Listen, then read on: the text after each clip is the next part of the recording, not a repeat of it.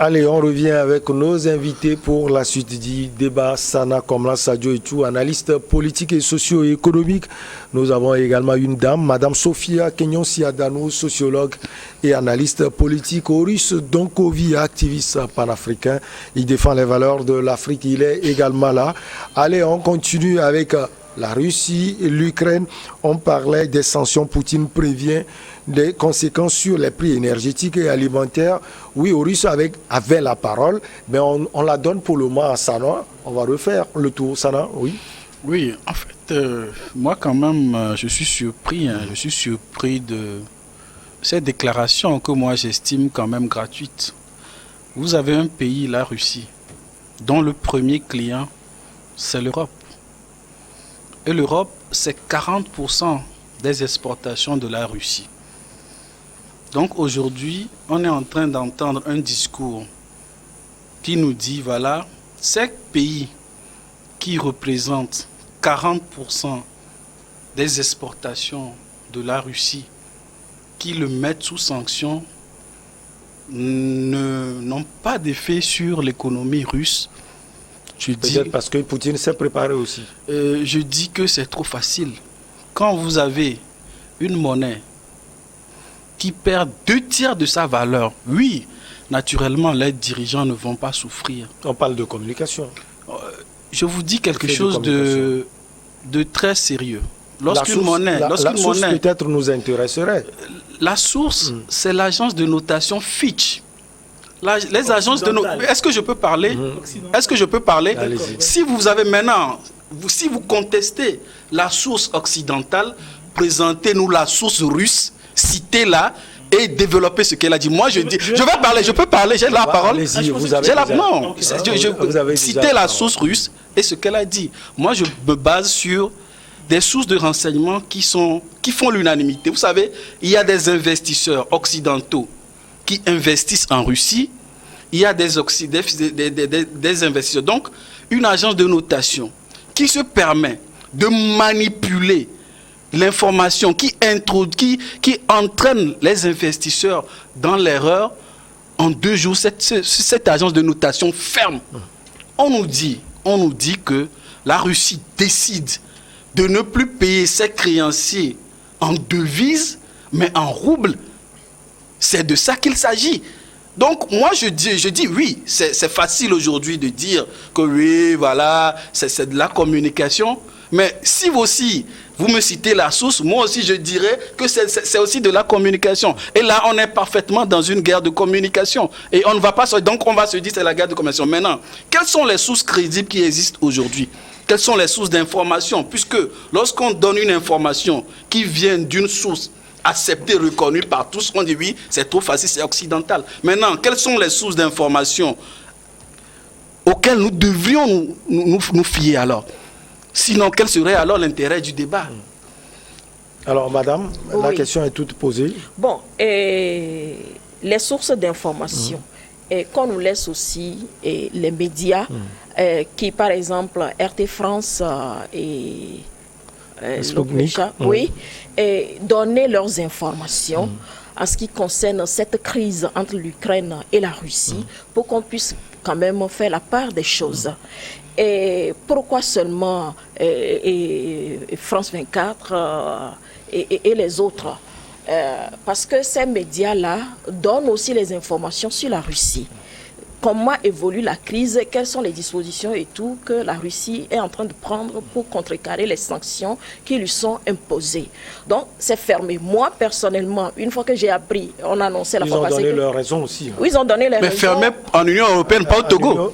Donc, nous avons accès à ces sites. On a accès quand même à ces informations. Voilà. Il suffit d'avoir peut-être le décodeur Niro. Lui fait la pub, c'est légitime. Ou bien Internet, tout simplement. Moi, je suis de radio, je suis d'autres aussi, beaucoup. Donc, du coup, je suis Afrique Média aussi, Afrique Média. pour avoir les informations vraies. Et donc, la vérité se trouve sur Afrique Média. Et Afrique Média qui est financé par les Russes. Tout à l'heure. Qui est financé par les Russes aussi. Bon, on peut dire, mais qui a refusé? Si on finançait, la Russie finance ici ce plateau et cette chaîne-là pour donner des informations vraies. Il faut avoir des informations plurielles, comment on dit? Oui, plurielles, pour faire la part des choses. Donc, me contacter seulement de l'information que... Donc, on est servi. France 24, des chaînes Afrique qui sont Média, alimentées, qui tout sont le monde est là. soutenues par ces oligarques-là seulement. Et on sait que vraiment, cette crise-là, quand on analyse, on écoute les spécialistes de part et d'autre, on voit qu'il y a l'hégémonie américaine qui veut s'afficher sur le plan économique pour tout le monde entier. On veut fractionner les pays occidentaux, européens, surtout l'OTAN, pour avoir toujours la même mise, avoir le pouvoir de décision. Et c'est ce que les États-Unis sont en train de faire. Les États-Unis veulent vendre leur gaz en ce qui concerne leur hégémonie qu'elle veut toujours asseoir sur tout le monde entier. C'est une guerre économique, idéologique aussi, parce que déjà, à partir de l'automne dernier, en octobre déjà, les convois d'armement sont effectués vers l'Ukraine, ce que beaucoup déploraient déjà dans le temps. Pourquoi ne pas chercher des solutions vraiment sur le plan diplomatique pour empêcher Zelensky de venir quand même à cette crise-là? Bon, moi, quelque part, je ne suis pas pour la... Zelensky a demandé à discuter même avec Poutine à la dernière minute. Lui, il a souhaité discuter. Ça fait combien d'années que Poutine... Je n'épaule pas Poutine parce qu'il fait la guerre. La guerre est dévastatrice sur tous les plans. On voit les victimes, les innocents qui sont assassinés tous les jours. Madame, je vais vous poser cette question. Pour un petit qui a souffert de cette guerre, quand on voit les images, est-ce qu'il va... L'hôpital pédiatrique bombardé hier. Jusqu'alors, je ne sais qui l'a bombardé. On n'a pas dit qui l'a bombardé. Moi, personne ne dit. Alors, pour ces petits, est-ce qu'ils vont voir la face de Zelensky ou celle de Poutine? Moi, tu sais ce que j'ai. Laisse madame parler. Je suis à la place de Zelensky, je n'arriverai pas jusqu'à ce jour. Parce que Poutine dit quoi? Il veut dénazifier et puis démilitariser l'Ukraine. Il veut ma peau. Bon, il ne va pas le tuer s'il le prenait. C'est un guerrier. Pour éviter, c'est un guerrier quand même. Il Qui faut ne va pas face. tuer? Et permettez-moi de finir. S'il fait face quand même, il est courageux, il est déterminé avec sa population à lutter contre tout ça là. Mais ce qui se passait sur le territoire ukrainien pendant déjà 8 ans concernant Donetsk et Lugansk. Mais quelle est la lecture que les Occidentaux, l'OTAN, les Américains faisaient de ces bombardements-là? Je suivais un témoignage d'une journaliste de France 24 qui est en train de faire les reportages. Elle est restée là, mais elle est rentrée dans un établissement. On a coupé 2 institutrices en 2. Et ça, c'est les bombardements de la ukrainienne. Donc, ce que moi je voulais dire, ce que moi je voulais dire, qui l'a fait? Non, c'était pas moi. Pardon, ce n'était pas moi qui le dis. C'est une journaliste de France 24. Voilà, donc je n'ai pas fini. Je n'ai pas fini. Bon, quelque part, avec les laboratoires biologiques qui existent, confirmés par Poutine, confirmés par d'autres, qui sont sous le sous-sol ukrainien, qui ont eu la peine de bombarder jusqu'à aller détruire ces laboratoires biologiques-là, est-ce qu'on ne nous rend pas un service? Je ne suis pas pour la guerre. Donc, maintenant, on a conduit l'Union européenne, les pays de l'OTAN, quand même à pousser Zelensky jusqu'à avoir un affrontement de ce genre-là. Je crois qu'il faut il faut toujours trouver les chemins pour parler, pour finir avec cette... C'est ce que la Turquie, l'Israël et autres sont en train de faire. 2 minutes seulement au Russe Donkovi. La chose que je voulais dire, c'est qu'il y a un précédent économique en termes d'image. C'est le cas Trump. L'historien a pris la parole. Lorsque son entreprise risque de faire faillite et que les banques s'aperçoivent qu'elles ne peuvent pas se permettre de la laisser faire faillite. La Russie, c'est ça. La Russie, c'est tellement gros. La question est de savoir, est-ce qu'on peut se permettre la faillite d'un État aussi gros et aussi puissant que la Russie? Ça mènerait à quoi? Qui gagnerait dans la faillite d'un État comme la Russie? Par conséquent, je pense qu'au-delà de ce qui nous est présenté en termes d'image, en termes d'information, il faut aller chercher un peu plus au fond. Parce que ce n'est pas la Russie qui a, à mon sens, plus à gagner d'une déstabilisation ou d'un non-renforcement de l'Europe. Pour moi, c'est cela. D'accord.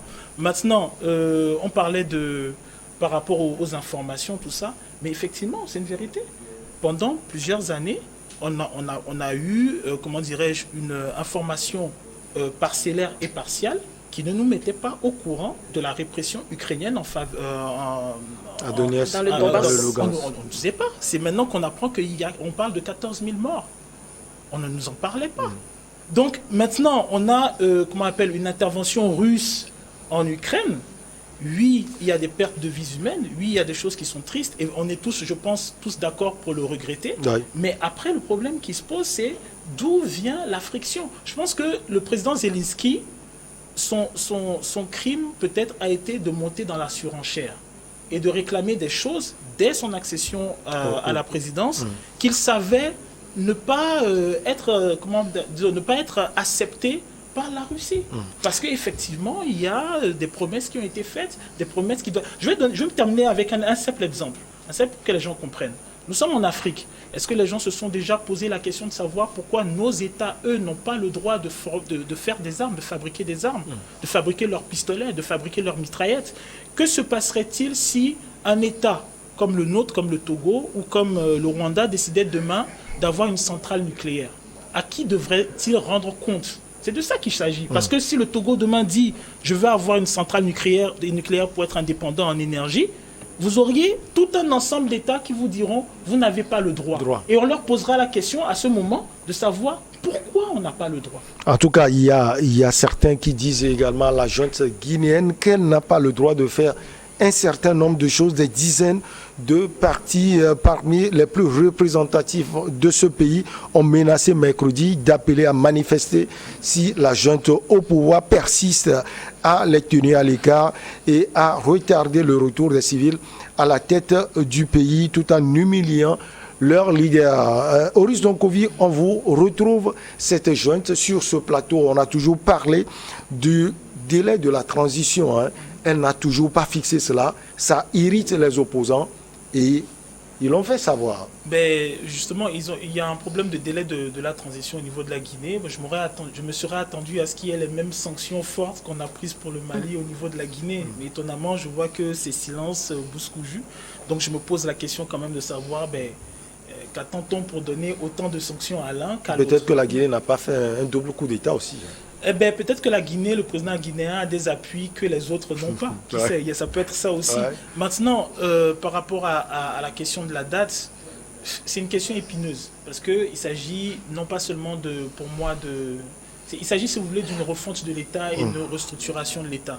Mais je pense que le signal le plus évocateur, c'est la possibilité pour les instances de la société civile et des partis politiques de participer, de contrôler l'action de l'État.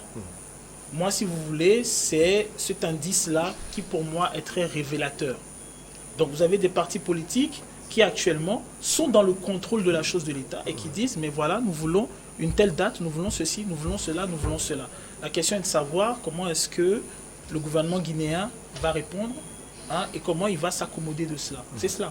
C'est tout à fait normal qu'à un moment, les principaux, c'est tout à fait normal qu'à un moment, les principaux acteurs de ce qui va meubler la politique guinéenne puissent avoir des frictions, puissent avoir des discussions, c'est tout à fait normal. Pour moi, c'est un légitime processus.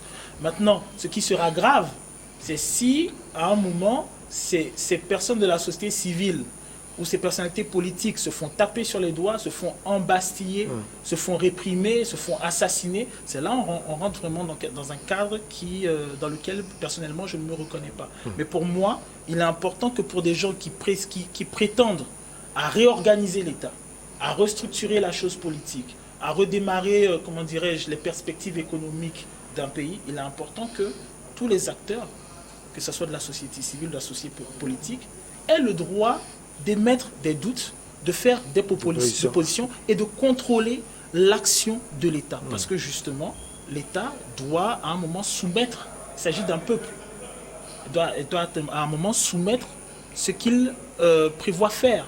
Et il est tout à fait normal qu'en tant qu'acteur politique, il faut qu'on accepte la contradiction en Afrique.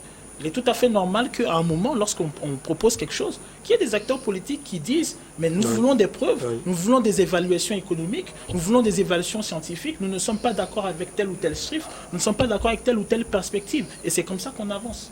Allez, on marque la petite pause et on revient pour la suite.